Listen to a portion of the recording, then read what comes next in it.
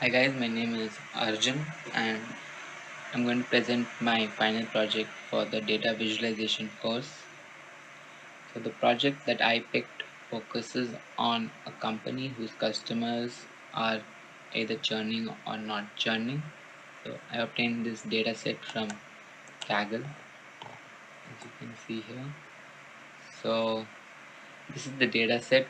So you can see each row represents a customer and a lot of features like surname, credit score, the country, the gender, the age, etc.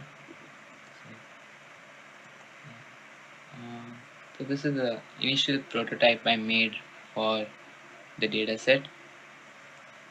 So you can see it's the credit score versus the age prototype. So I just open it in Wizard. So yeah, so the orange dots represent the customers who have churned and the blue dots represent the customers who have not churned. So you can see there are 10,000 data points, so it seems pretty cluttered.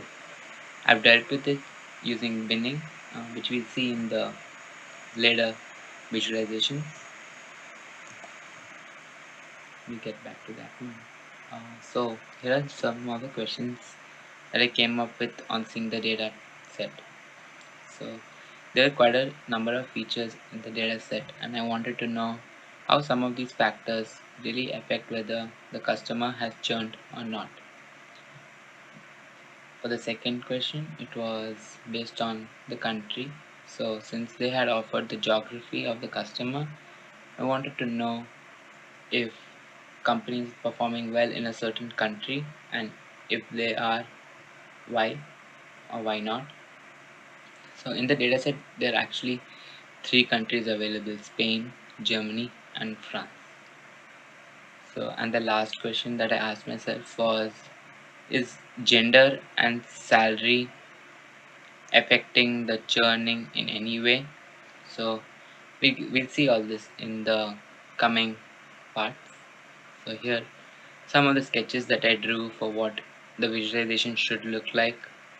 So this is the credit score versus the salary visualization, and the salary versus the gender visualization. Here's the schedule of deliverables. Okay, yeah, so onto the visualizations. So yeah, the first visualization performs binning of the data and allowing a customer to choose a certain range of salary. So you can see that the data has been binned.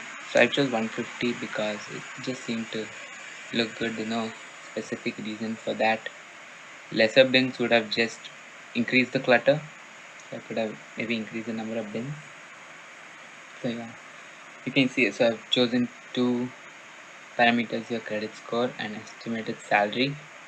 So here's the salary range you want to see. So suppose I want to pick 40,000.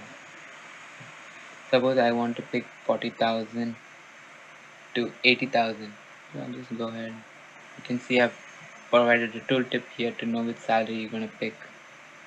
So I can go all the way up to 40,000. This is close enough. 40,000 to 80,000. Yeah, and you can also use it as a sliding window. So that helps too. So this was one of the first visualizations that I did.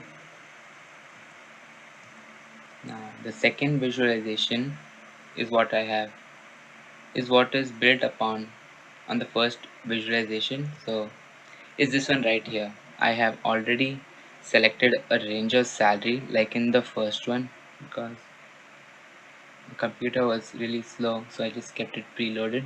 And the second visualization includes choosing the gender and the country where the customer is from. So I can select male and I can go ahead and select a particular country from where they are.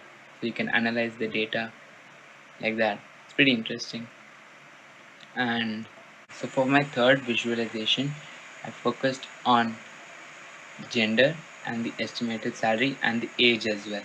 So if you see this graph right here is the estimated salary versus the gender. Now, like in the previous ones, you can select your salary range, and you can see that the visualization is just showing the increasing salary. You can also select the age in this case. So all the ages that are satisfied are colored, everything else is gray. And the best part about this visualization is you can zoom in as well. So suppose I want to see where some particular customers are, so I can just zoom in and get more clarity and pick the ones that I want to see. So yeah, uh, I wanted to try and make binning dynamic. Like I picked 150, but I want, suppose someone wanted to make it 100 or 200 or numbers like that. So I think that would be an interesting way for the next goal. And also there are more features that I did not include, so I do plan to include them in the next part of the course. Yeah, it was really great and I had a lot of fun learning in this course. So yeah, thank you, and that was my visualization.